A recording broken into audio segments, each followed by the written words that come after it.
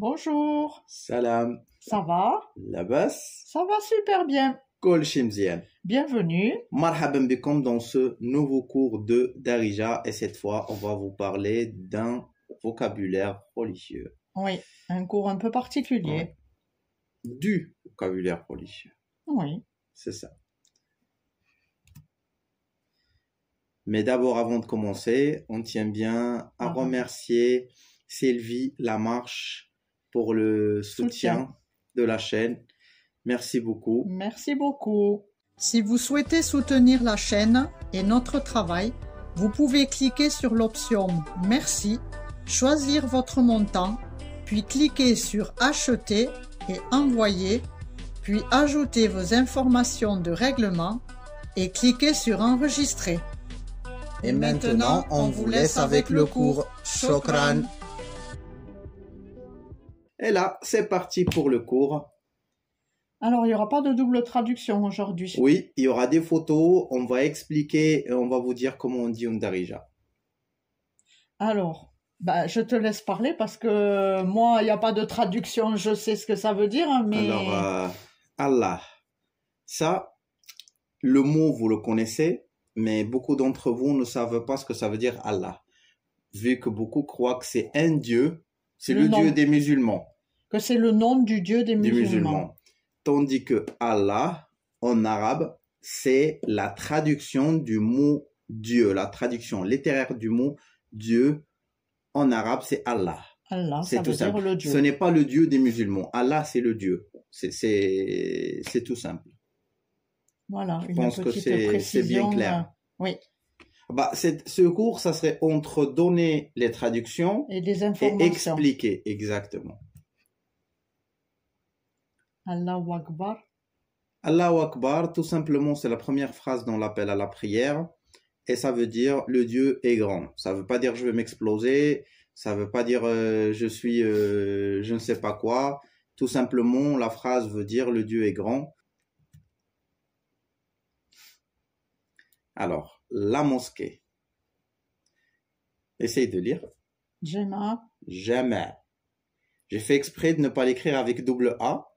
Parce que si je l'avais écrit avec double A à la fin, ça va se lire jamais. Là, c'est jamais. Jamais. Jamais. Jamais. Jamais. Il y a double J. Il y a double J. Jamais. Jamais. Jamais. Jamais. Jamais. Très bien. La traduction littéraire du mot jamais veut dire le lieu de rassemblement. Ça, c'est la traduction du mosquée en darija. Le lieu de prière, hein? Non, le lieu de rassemblement. La traduction en arabe classique, c'est mesjid.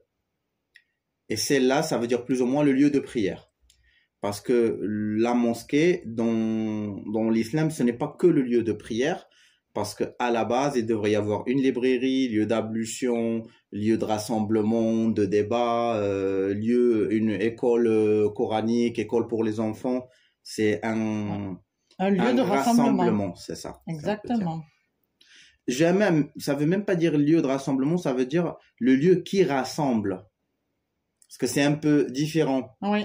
C'est le lieu qui rassemble les gens. D'accord. C'est pas le lieu où les gens ont décidé d'aller se rassembler. Alors, rien à voir avec Jama el-Fna. Jama el-Fna, je ne sais pas l'histoire du mot, mais c'est exactement ça, c'est la mosquée d'El-Fena. D'accord. Jama el-Fena. D'accord. Exact. Le minaret. Le minaret. Le minaret, en darija, c'est Sawma'a. Vas-y. Sawma'a. Sawma'a. Sawma'a. Sawma'a. Très bien. Le minaret. Le minaret. Alors là, on va présenter un peu les personnes qu'on trouve dans la mosquée. Alors, Sawma'a, elle était faite toujours. Ça devrait être toujours le lieu le plus haut dans le quartier ou dans la ville, parce qu'avant, dans le temps, il n'y avait pas les haut-parleurs, il n'y avait pas les baffles. Alors, pour que cette personne monte en haut et qu'il fasse l'appel à la prière pour que ça soit audible pour tout le monde, qu'il n'y a pas des murs qui coupent un peu le son. Et la personne qui faisait ça et qui fait ça maintenant d'une façon modernisée avec un micro et un haut-parleur, on appelle mu'eddin. C'est pas mu'ezzin. C'est pas mu'zin. C'est mu'eddin. Mu'addin. Sachant, si je ne me trompe pas, qu'au Maroc, il n'y a pas de cassette enregistrée. Non. C'est un travail, en fait. Non, c'est une personne qui fait l'appel à chaque fois. C'est ça. Il n'y a Ouais. pas d'enregistrement. Non, il n'y a pas du tout. Ça se fait pas ici. Chaque appel, il y a la personne qui fait l'appel à la prière. Je ne sais pas dans d'autres pays, mais normalement, ça ne devrait pas être une cassette, ça devrait être une personne qui le fasse. Alors, qu'est-ce qu'il fait cette personne? Il fait l'appel à la prière. Oui. Et l'appel à la prière, c'est Adhan. Adhan. Adhan. Adhan. C'est ça. L'appel à la prière. Alors, essayez de prendre un livre et écrivez appel à la prière, c'est Adhan. Nous, on a fait avec les photos pour que vous voyez aussi à quoi ça ressemble. Ça correspond. C'est exactement ça. Alors, il y a beaucoup qui mélangent et qui croient que c'est la personne qui fait l'appel à la prière, c'est la même personne qui fait la prière. Alors, c'est deux personnes différentes. L'appel à la prière, ça se fait par le mu'addin, et la prière, ça se guide par le imam. Imam. Imam. Imam. Imam, le mot, elle est pris de amam. En arabe classique, c'est devant. D'accord. C'est la personne qui est devant. Et c'est exactement ce que vous allez voir quand vous voyez une prière dans une vidéo ou quoi que ce soit. Il y a toujours une personne toute seule devant tout le monde et c'est le imam. Le imam, c'est pas toujours la personne qui te dit fais comme ci, fais comme ça, fais comme là. Le imam, son rôle est de guider la prière. On va y arriver à la personne qui fait les discours, qui explique et tout. Ce n'est pas la même chose. Ça peut être la même personne qui fait les deux choses, mais ça, c'est pas forcément parce que tu es un imam, tu vas expliquer aux gens. Peut-être plus dans les endroits un peu plus isolés où il y a moins de monde. Oui, ou... dans les endroits isolés, le mu'addin fait mu'addin, imam et l'autre personne. Mais généralement, ce n'est pas la même personne. Pourquoi? Parce que chacune de ces personnes doit avoir des compétences différentes. Alors, la première personne, mu'addin, doit avoir une super belle voix. Pour faire l'appel. Pour que ça donne envie, que ça soit spirituel, que ça donne envie d'aller faire la prière. La deuxième personne qui guide la prière, il devrait avoir une super bonne mémoire parce qu'il doit il doit savoir le Coran par cœur. Parce qu'on prie avec le Coran. D'accord. Alors, il ne doit pas faire de fautes ni d'erreurs dans le Coran. Et il doit être capable d'être un peu leader de s'assurer que ça va se passer d'une façon harmonique entre tout le monde, oui. Que ça soit la prière bien organisée, vu qu'avant qu'on commence la prière, il tourne le dos et il demande aux gens de faire les lignes correctement, de se mettre épaule à épaule, de ne pas parler durant la prière, d'être concentré. Un guide, quoi. C'est un guide, c'est ça. Alors, le tapis de la prière, si on peut appeler ça comme ça s'appelle Salaya. Salaya. Salaya. Très bien. En Darija, Salaya. Je ne sais pas dans des autres dialectes arabes comment ça s'appelle, mais Salaya. Salaya. C'est quelque chose de sacré sur laquelle on ne marche pas, ni on ne fait pas... Enfin, marche pas... Le tapis en lui-même, il n'est pas sacré, mais c'est la propreté du tapis qui est sacrée. D'accord. Donc, si vous allez dans une famille marocaine, que vous voyez le tapis... Il ne faut pas s'asseoir, il ne faut pas marcher sur ça. Encore, enfin, surtout pas chausser, pas marcher. Si vous allez même dans une famille marocaine et que vous rentrez, qu'il y a quoi que ce soit comme tapis, quittez vos chaussures, même s'ils vous disent laissez-les. Parce que souvent, on ne prie pas qu'à la mosquée, on prie à la maison aussi. Et il faut que le lieu où on prie soit complètement propre. Alors, si tu le marches sur le tapis, c'est plus lieu de prière, il faut le relaver. Et l'ensemble, la prière, c'est salat. Salat. Avec le double S, on appuie bien sur la double... Ou des régions, ils disent salat. Salat. Salat. Ou salat.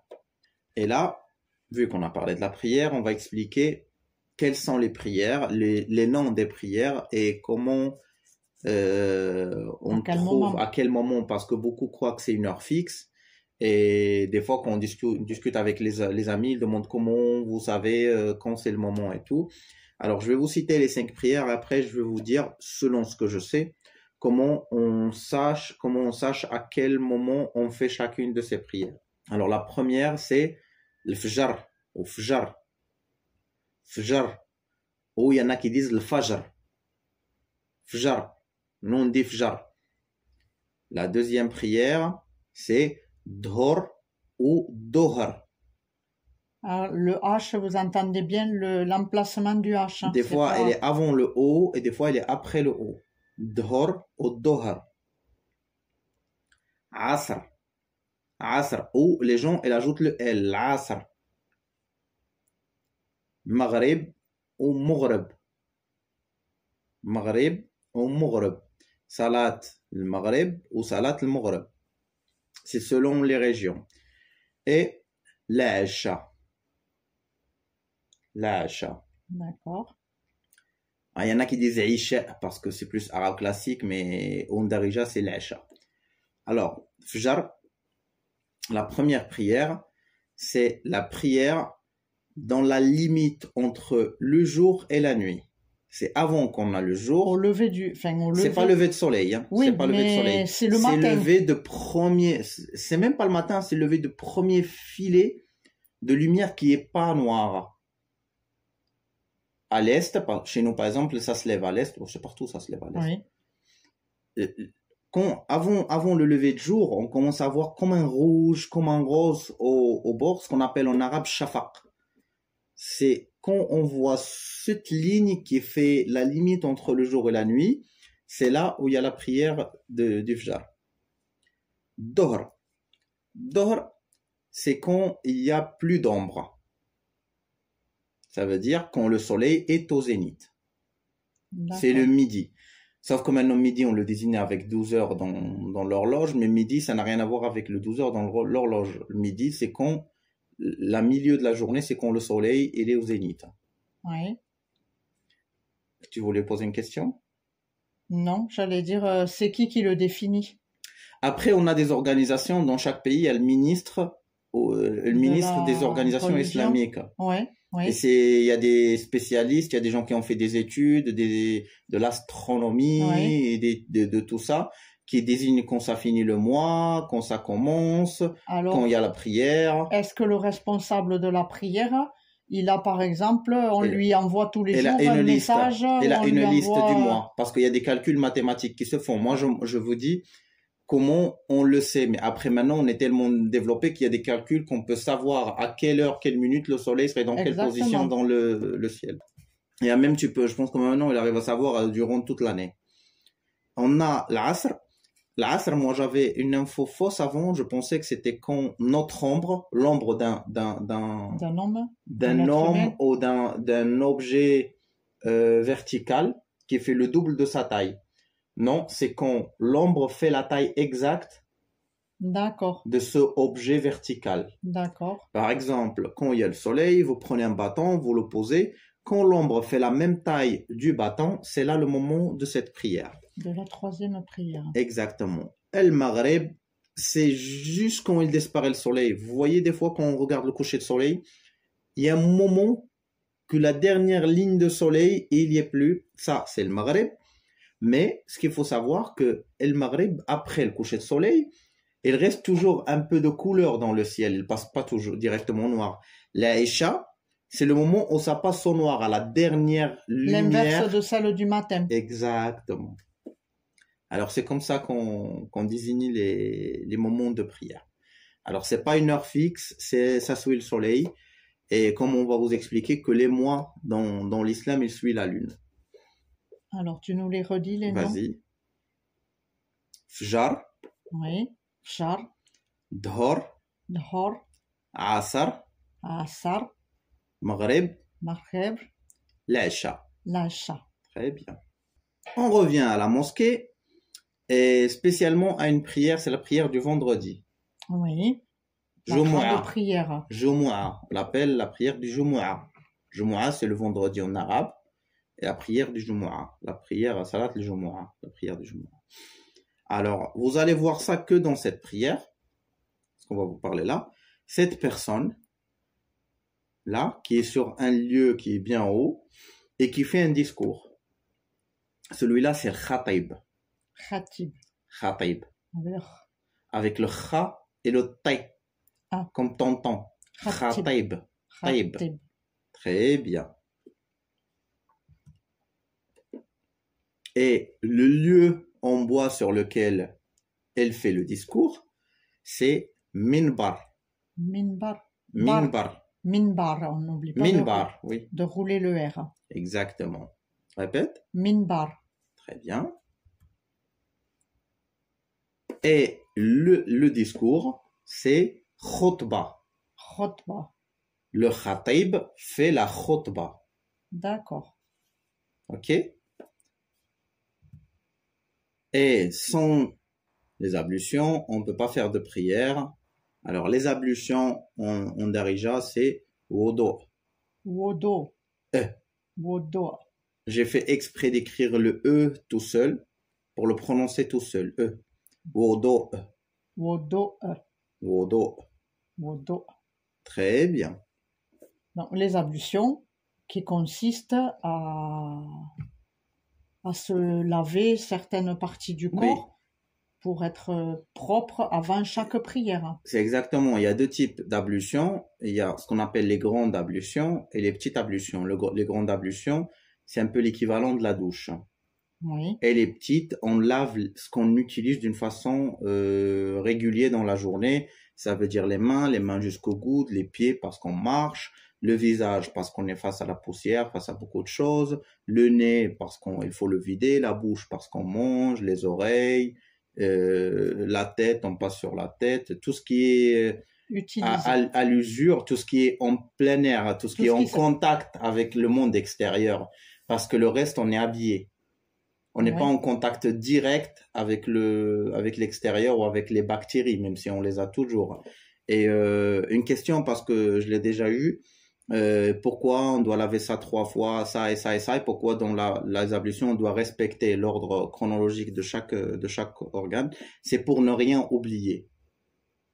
D'accord. Et pour commencer, par exemple, je lave mes parties intimes dans les petites ablutions. C'est pour ça. Et voilà, après, il y a les mains. Mais... Il y a les mains qui viennent après. Il faut les laver avec un savon. Et après, je repars sur le reste. Tu vois, c'est pour pas que tu laves un lieu qui peut t'amener un bactérie ailleurs, que ça soit en suivi. Ça a un sens. Les pieds, c'est les derniers. Tu vas pas commencer avec les pieds, après aller laver la bouche. Tu vois, ça a un sens de la façon de laver. Ça, c'est une grande, comment on dit, erreur. Pas erreur, mais une grande confondation entre deux choses, entre le ramadan et le fait de jeûner. Parce que j'entends beaucoup faire le ramadan. Ben oui. On ne fait pas le ramadan, vu que le ramadan, c'est pas une activité, le ramadan, c'est un mois. En sachant que, en islam ou dans les pays arabes, on a l'année lunaire. On a un calendrier différent. Et il est moins utilisé maintenant, donc côté administratif et tout, on utilise le calendrier grégorien, mais on a notre calendrier qui est différent. Et le ramadan signifie le nom d'un mois. C'est comme quand tu dis faire le ramadan comme tu dis faire le janvier ou faire le février. Ce n'est pas une activité, c'est le nom d'un mois. Ouais. Alors ramadan, c'est juste le nom du mois dans lequel on jeûne. Le jeûne, c'est saum. Saum. Très bien. Saum. Saum, toujours avec le Parfait. double S. En appuyant. On appuie bien. Oui. Saum. Donc ça, c'est le jeûne. Ça, c'est le jeûne. Alors Ramadan, on peut dire qu'on fait le jeûne du mois de Ramadan. Exactement. D'accord. Mais le jeûne, c'est saum. Saum. Pas je fais le Ramadan. C'est exactement ça. D'accord. Zakat. Peut-être beaucoup longtemps, ils ne savent pas c'est quoi. Zakat, c'est l'équivalent de l'imposition sur les richesses en islam. c'est de sortir un pourcentage de l'argent que tu as et de tes richesses. Ce n'est pas juste donner à un pauvre quand tu le croises un dirham ou deux dirhams, ça suit un calcul à des pourcentages selon comment tu stockes ton argent, qu'est-ce que tu as comme richesse et comment tu le fais bouger. Il y a un pourcentage qui se calcule que tu dois sortir de ton argent pour que tu te détaches du matériel. Du bien matériel. Ça, c'est autre chose parce que moi, j'ai souvent entendu elle part faire Mecque. Mecque, en darija, c'est Mecca. En arabe, c'est Mecca. Et c'est que le lieu. Ça ne veut pas dire l'activité. C'est juste. Je vais à la Mecque. Je vais à la Mecque. Parfaitement. Mais tu vas à la Mecque, on fait deux choses. Parce que des fois, quand on dit il y va à la Mecque, on signifie directement le pèlerinage. Mais à Mecque, on fait deux types de pèlerinage. On va passer à ces pèlerinages. Le pèlerinage essentiel, c'est le Hajj. Le Hajj. Et c'est de là où ça vient le prénom Hajj, qu'on ajoute avant, je ne sais pas si vous l'avez déjà entendu ici au Maroc, on ajoute le Hajj avant le prénom, le Hajj Mohammed, le Hajj Abdallah, le Hajj Khalid, parce qu'il a déjà fait son pèlerinage à la Mecque. À la Mecque. Alors, le Hajj, c'est le pèlerinage à la Mecque qui a une date précise. Parce qu'il y en a aussi qui va, quand ça lui chante, alors ça compte pas Hajj. Oui. C'est autre chose, ça compte Umrah. D'accord. Et les activités et la durée des deux, ce n'est pas la même chose. D'accord. Le Hajj, on le fait à une date bien précise. Oui. Le monde entier, le monde musulman le fait au même date. À une date bien précise. L'Umrah, il a une ordre chronologique, et là chaque jour qu'est-ce qu'il faut faire, comment le faire. Le Umrah, ça n'a pas de date précise. D'accord, tu y vas quand tu Et ça n'a pas de durée précise. D'accord. Ça. Et comment tu m'as dit C'est l'équivalent du chapelet pour un chrétien. Chapelet. Alors, chez nous, c'est tasbih. Tasbih. Le H d'une façon aiguë. Expirer de la gorge d'une façon aiguë. Tasbih. Tasbih. Tasbih. Tasbih. Très bien. Donc c'est pour faire la prière, c'est ça? Non. Ah, alors. Ça, c'est comme une forme de méditation. Tu le prends à la main. Et c'est pas des prières qu'on dise, c'est comme de la reconnaissance de la grandeur de Dieu. Et c'est une façon de méditer. Parce que la prière, il y en a 5. Oui. Ça, c'est les prières. Il y a la prière du vendredi, il y a les prières sur les morts. Ça, c'est les prières. Mais quand on est assis et qu'on médite ou qu'on lit le Coran, ce n'est pas des prières. Tandis que nous, le chapelet, une perle, ça va être « Je récite le Je vous salue Marie » et l'autre perle, le Notre Père. « Je vous salue Marie, Notre Père. Je vous salue Marie, Notre Père. » Vous c'est récitez rien. Subhanallah, on récite. Ah, voilà. On admet la grandeur du Dieu et la force majeure du Dieu quand je dis la prière, c'est quelque chose qu'on apprend. Parce que vous, par exemple, vous n'avez pas un équivalent du Notre Père? Comme nous, Notre Père qui es aux cieux, que ton nom soit sanctifié. On récite quelque chose. On récite le Coran. Mais mais pour nous, ça, ce n'est pas des prières. C'est ça. Tandis que pour nous, ça, c'est pas des prière. Prières. L'équivalent de ce que tu me dis, on l'appelle dua. D'accord. Ce n'est pas la même chose. Des pensées, quoi. Des pensées, des demandes, des intentions. Des intentions, ça, on l'appelle nous dua. D'accord. Ce n'est pas une prière. Parce qu'une prière, ça a ses codes. Il faut faire l'ablution, faire ci, faire là, faire là. Mais le fait que tu t'assoies et que tu lis quelque chose... Mais vous n'avez pas un texte précis que vous pouvez réciter C'est des doigts, on en a. Selon si on est malade, si on n'est pas bien, si on veut manger, si on finit de manger, si on va voyager. C'est des doigts. D'accord. C'est des demandes que le Dieu protège, comme ce qu'appellent les chrétiens la prière avant la nourriture. Notre Dieu dont ça c'est la prière. Hein. Pour nous c'est un doua, ce n'est pas une prière. C'est différent. Pour nous, c'est Oui, une je vois demande ce que de tu Dieu. veux dire. Tu Quand les remercies gens, le Dieu. avant de manger, Tu donnent remer- des intentions. Tu remercies le Dieu pour ce qu'il a donné et tu lui demandes qu'il te prive pas dans le futur de Je comprends. de ses cadeaux, D'accord. de ses biens. Ça, pour nous, c'est un dua, ce n'est pas une prière. D'accord. Et là, c'est tasbih, et c'est de là où ça vient le nom tasbih, parce qu'on dit subhanallah, que le Dieu est grand, que comme on reconnaît la force majeure de Dieu en méditant. D'accord. Et cette forme de méditation, ça peut se faire tout seul, ça peut se faire face à la nature. Quand on voit une grande montagne, on reconnaît la force majeure de Dieu, on dit subhanallah. D'accord. Le Coran. Le Coran, c'est le mot français équivalent du Coran, parce qu'il y en a beaucoup qui croient qu'en arabe, ça veut dire c'est courant aussi. Coran. Ouais. Non, c'est Coran. Coran. Quand vous allez le voir écrit, vous allez voir le mot ensemble. Mais j'ai fait exprès de séparer les deux parties pour que vous arriviez à prononcer le an. Coran. Parce que si je l'écris sans espace, vous allez le lire Coran. Coran. Mais c'est Coran.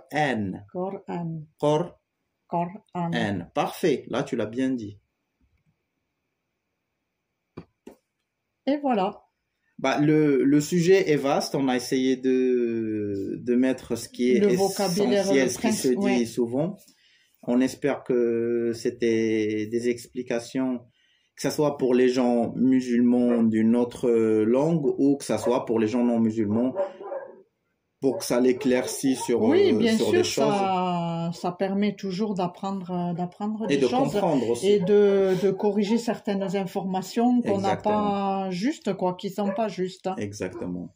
C'est là où ça finit cette vidéo. On espère que le cours était bien pratique pour vous et que ça vous aidera dans votre vie quotidienne au Maroc, soit pour le voyage, soit pour l'installation. Oui. Et on aimerait bien vous dire que si vous êtes intéressé par le voyage ou l'installation au Maroc, nous avons écrit 4 guides. Le premier guide, c'est le guide des conseils. Le deuxième guide, c'est le guide des circuits. Le troisième guide, c'est le guide de la cuisine. Et le quatrième, c'est de l'installation. Si vous voulez les commander, vous pouvez cliquer là. Et si vous voulez voir d'autres vidéos, cliquez ici. Et on vous donne rendez-vous chaque mercredi À 10h. du matin, heure de France. Beslama. Beslama.